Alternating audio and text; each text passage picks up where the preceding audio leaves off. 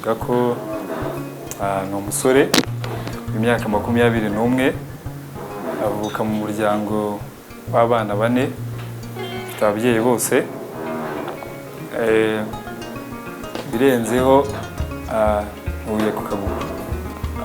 Primaire nayize ku mashuri abanza ya Kagugu, tronc commun nyiga Gisenyi kuri École des Sciences, supérieur nyiga kuri lycée de Kigali. Ubu ngubu nkandi gukomeza kwiga ubuganga. Mu irushanwa rya Mr Rwanda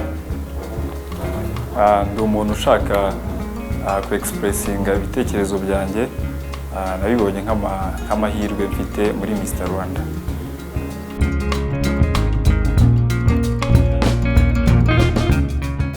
Irushanwa navuga ko rirateguye kandi irimo competition, navuga ko rigwa amahirwe abasore muri rusange. Ndi umuntu ukunda gusoma,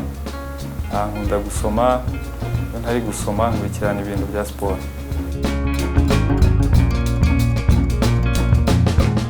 Icyo natekerezaga imbere y'abajaji,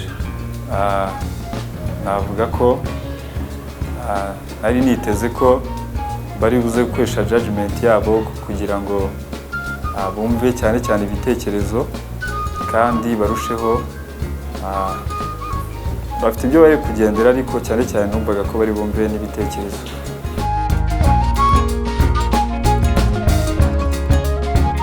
Icyo nabwira abari kunkurikirana mu irushanwa, ndabakunda cyane kandi bakomerezeho.